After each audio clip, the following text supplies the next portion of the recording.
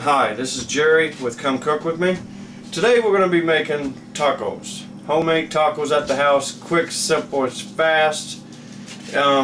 Anybody can do it. And what you need for that, I have 2 pounds ground beef here. You're going to need some taco seasoning. You can get that from anywhere, Walmart, Sam's, wherever you like. And of course, you're going to need onion, tomato, lettuce. You're going to need your sour cream and your sauce and of course cheese. So what we're going to do first, we're going to turn a pan on and we're going to adjust it right about there, and we're just going to add the meat to it. First thing to do, as always, is just start cooking your meat. Once you get your meat going, that'll give you time to go ahead and start cutting your veggies so that you can have everything prepped and ready by the time the meat is finished. And we're going to go ahead and let the meat start cooking. As it's cooking now, we'll start on the veggies. We'll be right back. Okay, we got the ground beef cooking. It's browning. We're going to cook it all the way through. And while that's going, you can start on your veggies. Of course, this is our onion. And cut the end off, cut the very end of the root off. Right down the center. This is basic knife cuts. Exactly what I've shown you in the previous videos. You can check that out anytime you like. It's just called basic knife cuts. And you get it all peeled, ready to go. And basically with the onion, I look for just small dice.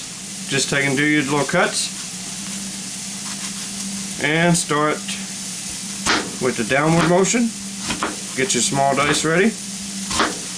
And this is going to be your onion. Okay, and now once you have the onion chopped, you scoop it all up, put it into your bowls. It's always nice to have bowls set out. Nice bowls provided by my wife.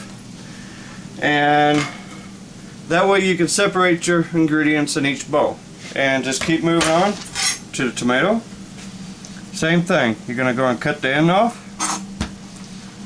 You're going to go and I usually go ahead and cut this little piece off because I just don't like having that little core there.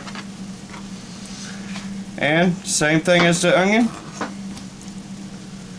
You're going to cut. And sometimes you can do the tomato a different way as you're cutting. Sometimes you can just cut it down right like this in the strips. Flip it over.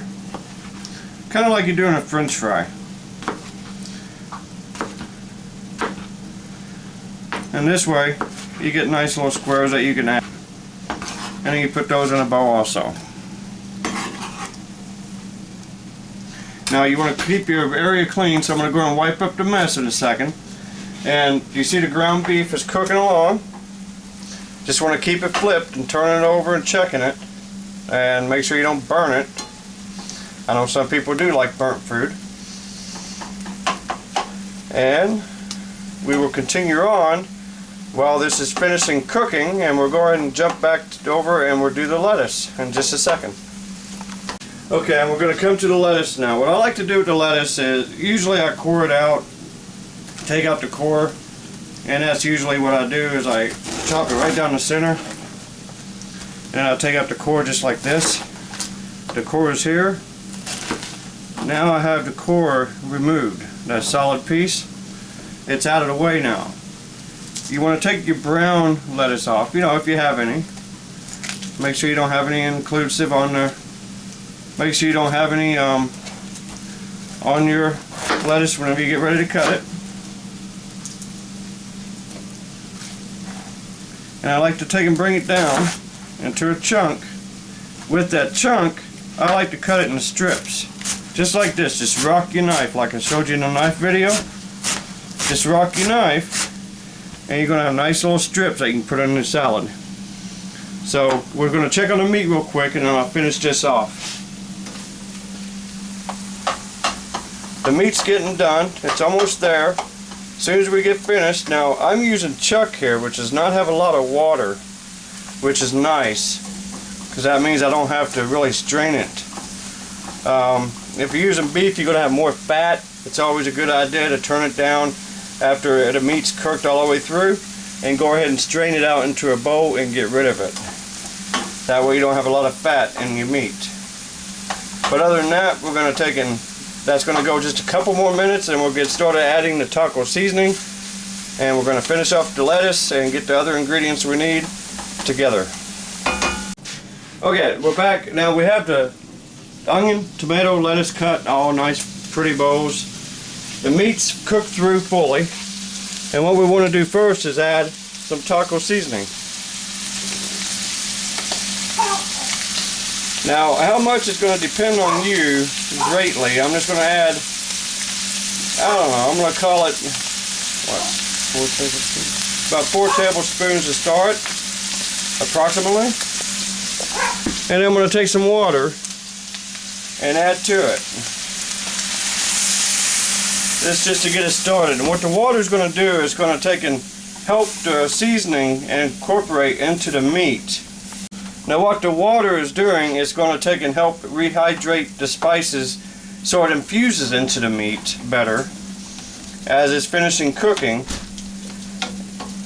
And we're just going to take and let that water reduce down and watch.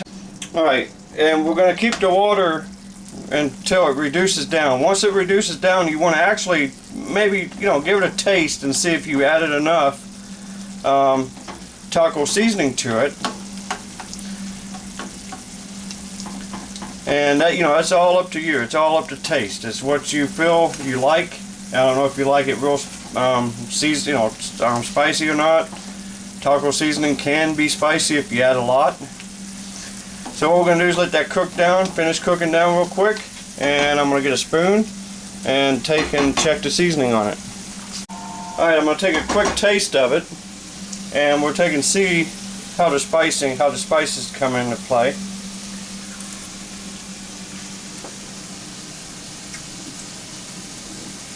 I believe my family will like that. So we're going to go ahead and shut the heat off, and we're going to let it sit. The little bit of water that's there is fine because that'll soak into the meat. It'll all draw together in a second.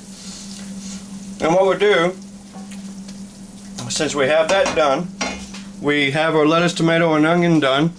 We're going to go ahead and grab a couple shells. We're going to grab some sour cream, and we're going to grab cheese and our sauce. And we're going to go and plate one and see how it looks. Okay, we're back. We got our shells. You can pick up anywhere at all. You can go to the bread store, you can go to Walmart, any place at all, pick up your shells. With these, I like to use a nice, it's about an 8-inch shell. Some people like the bigger ones, of course. And then, of course, the cheese. You can use any type of cheese. I got Mexican Ford cheese. You can use cheddar, Colby, whatever you like. As far as the sauce, my kids like mild, so we had to get mild. And any type of sauce will work. You can even use salsa if you like. So what we're going to do is we're going to go ahead and plate up one.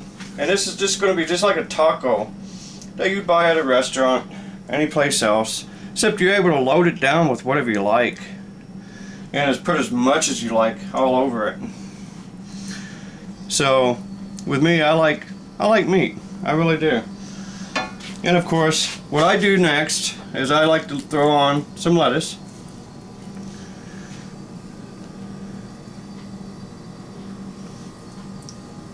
And then of course, my next step is always tomato.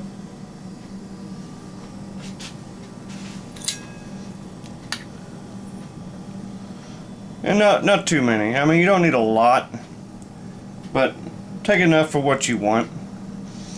And I like onions. I just love onions. Throwing onions on a taco. It's just so great. Gives it that little zing, that little kick you like to have in the very end. And then you throw your cheese on. And like I said, any type of cheese will work, whatever you like. I mean, there's all kinds of cheeses out there. And of course, sour cream. What's a taco without sour cream? Unless you just can't have sour cream.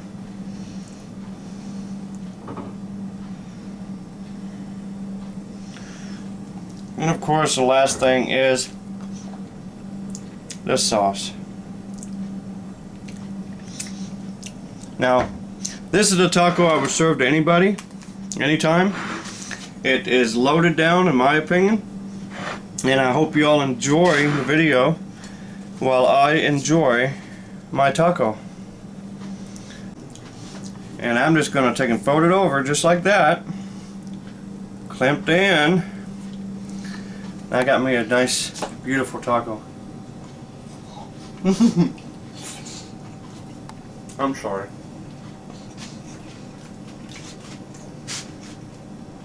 And again, I hope you liked the video. Come back again. This is Jerry with Come Cook With Me.